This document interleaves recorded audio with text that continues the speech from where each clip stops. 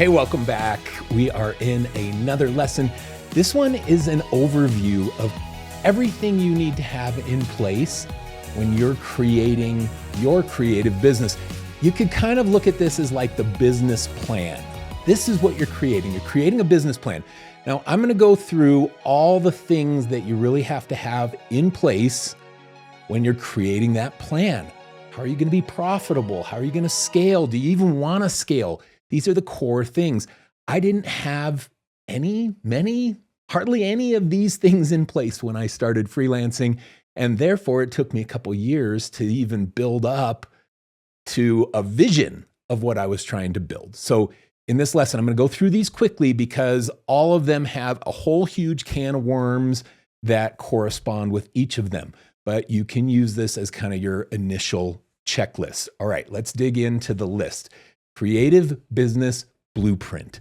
This is what you're building in your business. Now, business overall, this is just kind of business 101 fundamentals, has 5 really unique pillars. The first pillar is strategy. You got to understand, what is the point of this entire business? What are you trying to do here? Then you have marketing. Marketing is all about getting your name out there and generating opportunities. Then you have sales, which is all about closing those opportunities, finding the leads in marketing and then closing them in sales. Then you have production. You have to produce what you promised to the client. And then the final thing is we have the executive portion of the business. The executive portion encompasses all the things like financial management and legal and insurances and all that kind of stuff that you have to have in place. Okay, let's go down each of these point by point. The first one being strategy. You have to have a vision of what you're trying to build. What is this business going to be? My early years of freelancing, I had zero vision. My vision was hit the deadline for the last thing that I promised, get it done in time. And I wasn't thinking big picture at all until 2.5 years into just grinding as a freelancer. That's no way to build a business. You got to have a vision of what you're trying to build. It's way more fun when you know what you're trying to do. What's the destination? The next one, business and personal goals and objectives. Like, when are you going to be happy about this business? When you achieve certain milestones, what are those milestones on your personal side and on the business side? Financial plan to launch. And if you're already launched, a financial plan to make money. And that all comes down to some things we'll talk about here in a second, but understanding a customer and positioning yourself as a solution to the customer's problem. You have to have a knowledge of industry trends. You have to know what's going on in the industry that you're working in. You need products and services that you'll offer. We're going to talk about that here in a second too. Products and services that you're going to offer to the marketplace. So once you understand the industries, your industry and the industries you intend to serve, now you can create products and services to offer to that industry. Understanding the competitive landscape. Who else is in this space? Got to know the competitors. You need core values and company culture. Oftentimes in a creative business in the early years, it's all just based on you. It's based on your own personality. What do you personally stand for? Now, how do you transition that into what the business stands for? A lot of times it just naturally happens, but everything in business goes faster and smoother if you intentionally create it. So what are your core values and what do you want your company culture to be? You need some guidelines for the client experience. How are the clients going to experience the interactions with your business? Example, are you white glove or are you churn burn? We are the fastest. You're going to come in, it's going to be turnkey, boom, boom, boom, it's out. Or is this going to be a white glove consultative experience that we're trying to offer our customers? You got to define that, decide what type of culture you want the clients to have in their interaction with your business. You need a strategy for ongoing business analysis and pivots. The ongoing, what is our business doing? How are we going to pivot? Okay, let's transition over to the marketing. You need a defined target customer. Who are you trying to reach? Who are you trying to serve? You need to understand that customer's common problems, the common problems they face, and then you have to understand how you solve those problems. This right here is the core crux of marketing. Who are we talking to? What are their problems? How do we solve those problems? Now we have kind of the footbed of a marketing plan that we can go and start rolling out. After you get those things in place and understand that about your business, you need to have a positioning strategy against your top competitors. How are they trying to solve those same problems, and how can you differentiate from those top competitors? Next, you need marketing taglines, statements, and messaging. What do you say? What do you say to position yourself the right way for your target customer? You need a business name. You need a visual brand, logos, colors, etc. You need marketing materials so you can actually leave something with the target customer, an impression, a visual impression, or actual leave behind marketing materials. And you need a marketing strategy to generate leads. Where are we going to find these people? Then you need a system to track and nurture opportunities. Now, a lot of times this is a CRM. A CRM is a client relationship management software, customer relationship management software. Doesn't matter. Either of those are kind of synonymous. You need something that says, here's the leads I'm working, and here's how I'm working them and nurturing those into a closed sale. Here's the relationships I'm nurturing and how I transition those from a relationship to an opportunity to a sale. So I have things in place in my content and courses and things that use some spreadsheets that are super powerful to do that. But you can also just sign up for a CRM, Pipedrive, or a variety of other ones. Salesforce is usually way too big and robust for a small creative business. Although it's like the premier thing, I don't recommend going that route because it's usually way more than what you need for your business. Pipedrive, great little thing. Spreadsheets. Put your people in a list and start nurturing them. Track that. I have some stuff for that in other content. Okay, next you need the sales strategy or the sales portion of your business. You need a strategy to qualify and close leads. So marketing brings in the opportunity, sales strategies close that lead.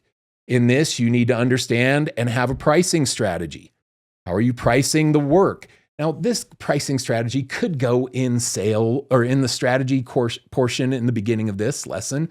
It could go in the marketing portion because it's about competitive placement, that landscape that you're looking at. It's about understanding the target customer, all those things. I put it in here, but really this one can be very overlapping on the other aspects of this little blueprint we're creating.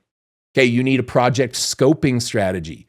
So you get a lead or opportunity. How do you craft that into a scope, a defined set of action items that you're going to perform for your customer?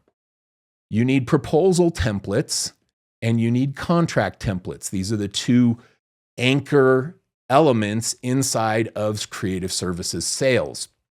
And you need an upsell strategy. What else are we going to offer this client in addition to just the thing that's going to solve their problem today? How can we position ourselves to solve more problems now or problems ongoing in their business? All right, let's go into the production section. You need production task lists for each type of service you offer. SOPs, standard operating procedures. This is just a set of task lists. First we do this, then we do this, then we do this.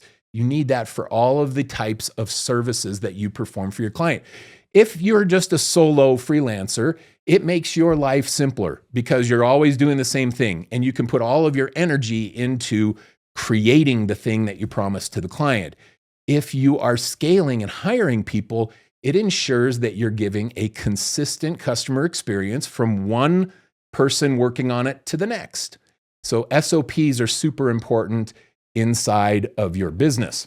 You need a staffing strategy. Are we going to do external people, hire contractors? Are we going to bring in internal people? Are we going to bring in contractors at the start and transition them into internal employees in the future? What do you want it to be for your business? You need a strategy to staff that business. You need internal approval processes. When are you going to see the work if other people are working on it? How are you going to get these approvals inside of your business? And then you need project delivery process for the client. So you review and approve things, and then it gets delivered to the client. And I'm always a big fan of presenting the work. But what are your presentations like? How are you presenting a logo design to a client? You make a deck, which you should. You make a deck and walk them through and have some mock-ups and things to show what this logo is going to look like. You need to have a plan or process in place for that. You need feedback and approval guidelines for clients. So when you deliver something and show them the work, you train them on how to give you feedback that is valuable. You need production software to manage the projects. This can be anything from Teamwork to Monday to ClickUp to Asana to a billion others that you have to choose from, Basecamp and others. There are a lot of them out there. Choose the one you love the most and that you know the best. All of them, all of the major ones are going to get you from point A to point B. Most of them have a free trial. So sign up for a few and start running your projects through that system. You need a post-mortem process and upsell. So after a project's done, what do? We have some kind of internal review process where we ask ourselves what went right, what went wrong, and then what can we sell the client next? What are their problems now that we can help them solve? All right, the last little section here is the executive section. You need financial management software and processes, QuickBooks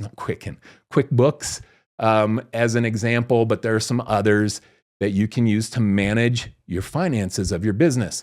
You need insurances and legal plan. Now, in the early days, you don't need to worry about this. If it's just you and you got one contractor and stuff, oftentimes you don't need to have some kind of robust insurance plan. But if you're going to scale, you need to have that. You should have a lawyer, an attorney that you in your brain have said to yourself, okay, if I ever run into some kind of legal issue, I'm going to call this person. They don't even need to know that they're the person, but just decide on someone so you have that in place. Process for tracking and analyzing business data. So what data points are you going to track and how often are you going to analyze those? And if you followed any of my content, you'll see that I'm big on tracking data. It is the scoreboard for business. You got to track it. You got to analyze it so that you know when to make pivots. All right, we'll go into the next one, strategy for hiring and scaling. We touched on this a little bit before, external versus internal, but how are you going to scale this business? How big do you want it to be? And what's your strategy for hiring people? How do you crunch the numbers to know when you should hire and when you should descale if you have to scale back? You need a rough exit strategy. That's the final thing. And I say rough exit strategy because you don't really know how this is going to play out. But if you have a dream of one day selling your business, then define that dream now. And then you can have that come to fruition just by the nature of you and subconsciously looking for opportunities from now until the day that happens. Or if you want to say there's a certain number of dollars that I have saved up, then I'm going to start scaling back to just a consulting business or something. You got to just kind of say to yourself, what do I want the end of this to look like? What's the quote? Begin with the end in mind, something like that. And so I recommend that. And I didn't have that either until a few years in. I started to think, what do I want mine to be? How do I want this to play out? And my dream at that time was, I would love to sell this business someday. Love to sell it. And that ended up happening for me. So I was grateful for that experience that I had. Okay, final little thing. There is a corresponding PDF that has all of these things in it. You'll find that down below the video. You can download it and just use it as this kind of checklist. If you don't have the answers to all of these things, don't fret. It's a lot. This is a lot. Don't get overwhelmed. I had none of these when I started my creative business. None of them. And I had really none of them for 2-something years of my early time in my creative business either. I didn't have any of this stuff. And mine scaled and grew. So you don't have to have it all in place, but this should give you an overarching view of what you're going to want to put in place so that you can have a real business, a business that's defined and intentional. All right. Thanks a lot for watching this video. We'll see you again in another lesson coming up soon. Don't forget to grab that download, the PDF that corresponds. All right. Thanks a lot. We'll see you soon.